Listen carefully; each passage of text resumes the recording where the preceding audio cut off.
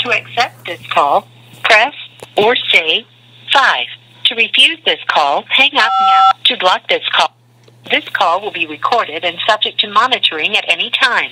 Thank you for using IC Solutions. You may begin speaking now. Hi, Omar. Hello. Hello, how you doing? I'm good. How are you tonight? I'm doing all right. You know, Rudy sent your case or your name into Panda quite a bit. Oh, yeah?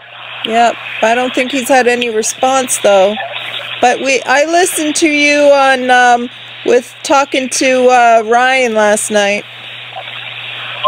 Oh, yeah. On Hammond Bundy's Facebook page? Yes, sir.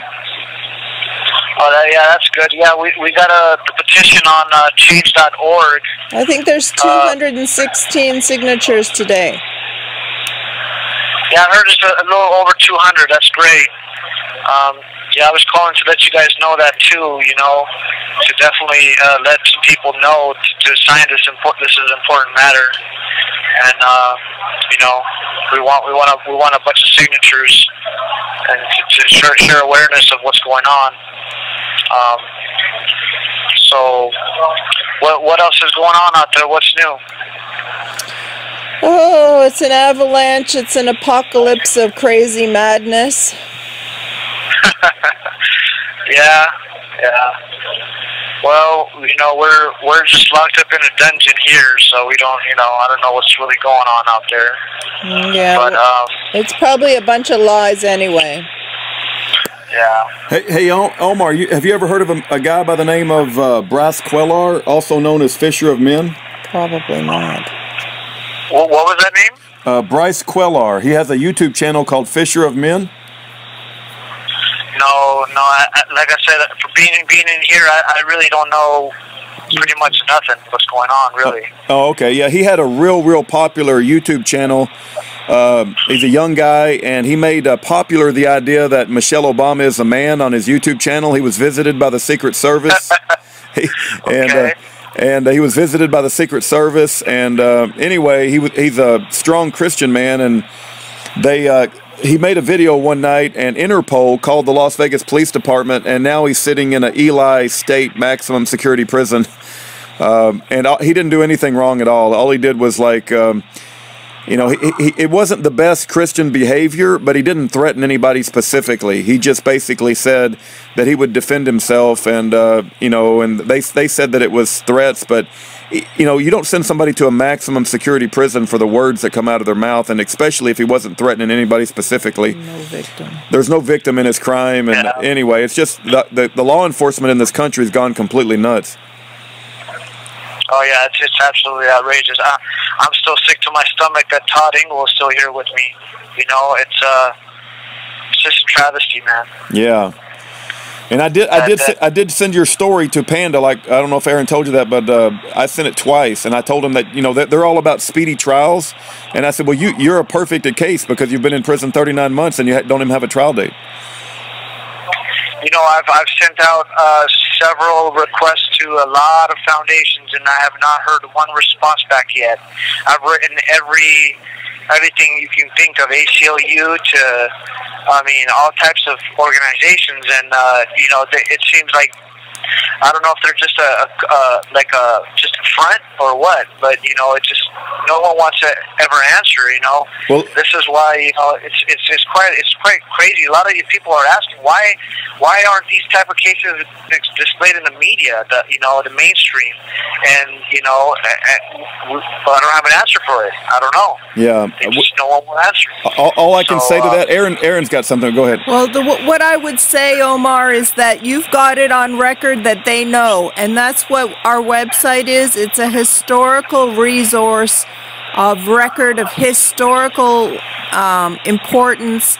It's raw data that shows that all these people ignore we the people, with very legitimate questions and pleads for help. Yeah, I can't tell you the amount of times that Aaron and I called like Jay Sekulow or Jerry Spence. We would call a lot of different organizations to ask for help and just make them aware. And we're not asking them to do a whole lot. We're just asking them to make a public statement of support, which would take like 5 minutes of their time, maybe not even that much time. And they won't do it. Everybody's scared to death of the government. They're scared to death of, they got this attitude of like, well, they're in prison, they must have done something wrong. And it's a terrible, terrible attitude to have. Well, you know, the problem is if they're scared of the government, then they're scared of the devil. Yeah. You know, that's right. and they need to realize that God is more powerful, and you know, and they need to have faith. So that's the problem. You know, people can say whatever they want to say, but at the end of the day, this is evil. This is nothing but demons that are working for the devil. So you know, and this is all it is. Yeah. So if people have faith in God, and they actually fight this injustice, they're doing the right thing, you know. Yep. And it's for everybody, you know. It takes a collective, the people to really do something, you know. You know, and it's that is just one person here and there that are really doing things like, you know, exposing this and talking about it. So. No, you're right. And but you know, Ryan Bundy did a great interview yesterday, which I guess you guys heard. So. You know, and yeah, I guess, you know, getting this information to the public is very vital, you know, for them to know what's really going on. That this is going on all over the nation. This is not just me, you know, and it's quite shocking. I didn't know this to this extent till I got here. Yeah, a lot of people don't. You're right. No, you're absolutely right. And the times that we have had successes is when people come together and fight it and stand up against it, and that's when we see successes. And we've got an entire website to back up what you just said of innocent people in prison. I mean, it is really, really a massive problem going on in this country. Yeah. You know, I was just talking to someone recently about jury nullification, and I heard that there was an association called Fully Informed Jury Association. You bet. Well, you know, I think people need to really wake up to what this means and what their power and authority is under as being a juror. You know, this is very important that they know that they can judge the law and the facts, and Amen. that they cannot be punished for their verdict. You know, and a lot of people don't know that. The general public, they don't know what jurors, what they're capable of doing, what's in their hands. It's the last line of peaceful defense between a tyrannical government and the defendant. Yep. You know, we advocate for FIJA, Fully Informed Jury Association, jury nullification, every chance we get. One of our friends named Bob Smiley holds banners at Patriot meetings for that group. He passes out cards. We are staunch supporters of FIJA, and it's, you know, when you go into these satanic, devilish courtrooms, it really is like the one chance you have that somebody on that jury is going to, you know, judge the law and just vote not guilty. You know, and I haven't told so many people this, but and it might sound crazy for it, but when you walk in that federal courtroom, as soon as you get in there, you feel this very weird, like a bad force. I do. Like, seriously, I definitely like do. And a few people have actually agreed with me and understood what I'm saying.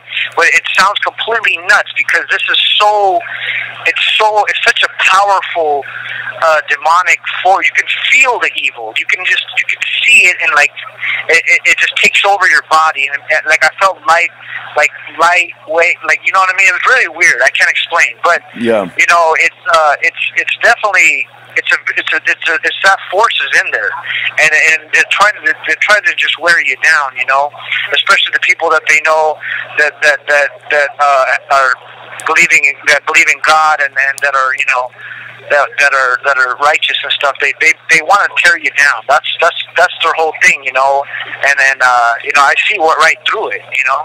Yeah. And like I said, when I first got in there, I couldn't believe it. And it happened to me every time I went in there, where you know, it's like I'm not just hallucinating. This is really happening. No, it's nauseating. It's like a temple to the devil when you walk into those federal courtrooms, and they have their black robe judges who are like priests, and the prosecutors are, you know, like the minions of the devil, and that they have their, you know, their books that they consider their holy books, which is all these vague laws that they use to prosecute people. I mean, it really is like a whole satanic temple cult to the devil. I really believe that too. I do believe that they might be doing rituals behind the doors, you know, and like I said, it sounds nuts, but, you know, I've even heard some people in here who have gone to trial before, and they, believe it or not, they've seen the judges with the prosecutors together laughing it up and, you know, joking, all buddy. And then all of a sudden, people, they walk in the courtroom, and then they just run out the back and come back in the black robe. And I was like, what, you're kidding me? And they're like, no, for real. And it's like, this really happens, and you know, who knows what they're in bed together at the end of the day, you know, and it's just all for this for prison for profit. You know, it's all what it is. They all put their money into the judges and the prosecutors, and this is just evil. It needs to stop. So you know, and I guess we all just need to pray to God and ask for Him to move things in the way He wants. You know, that's pretty much. Hey, Omar, have you ever heard of a guy named Trevor Aronson? Just curious.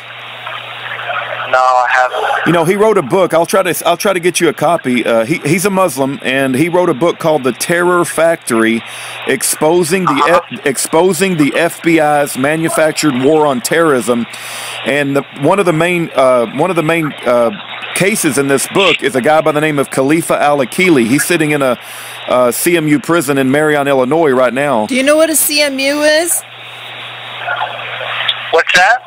Have you heard of the CMU or CTU? It's called the Counterterrorism Unit or the Communication Management Unit.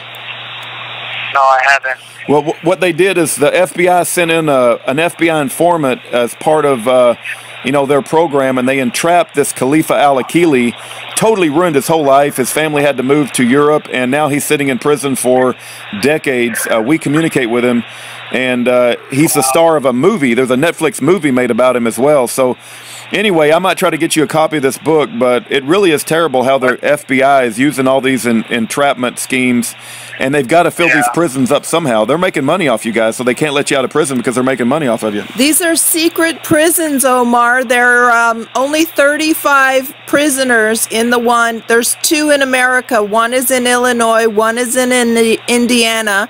Their telephone calls are only once a week for 15 minutes if they're lucky, and they're listened to live time by the people in Virginia, the CIA, and it's a black site, and it's not approved by Congress.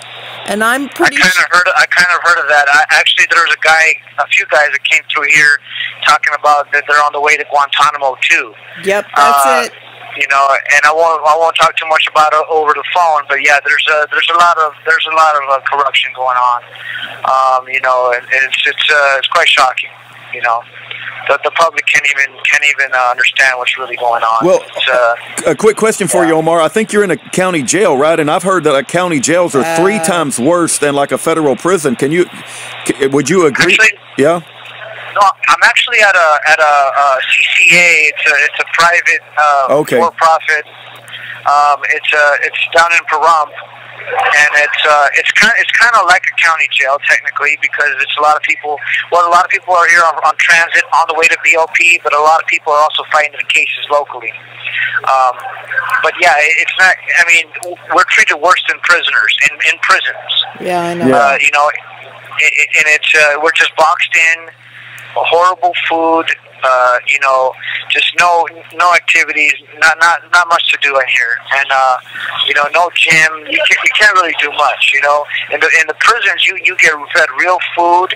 It's like they treat you more human than in the jail or in pretrial. So it doesn't make any sense, you know. So what they want is they want to torture you until you finally give up. Yep. You know. I love your fighting spirit. Yeah, then you can finally go and enjoy the luxury of prison. Right.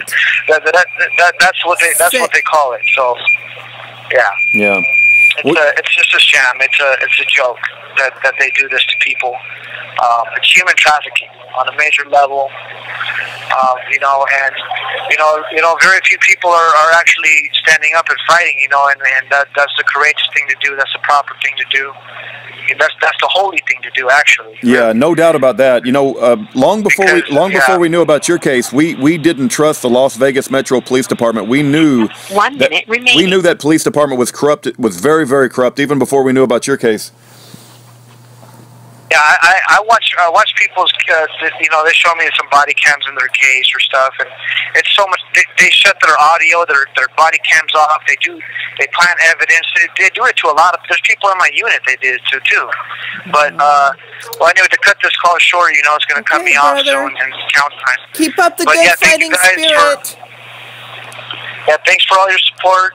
Pray for me. I'll pray for you, and hopefully we get some justice soon. So we will pray for you. You're blessed with a good father. I can tell that your father loves you very much. He's constantly working for you out here. I see emails from him constantly, so he's a good guy. Yeah, thank you. Yeah, he raised me right too, So, but all right, you guys have a good one. Okay, you too, Omar. God bless. Bye. Bye. Take care. Bye.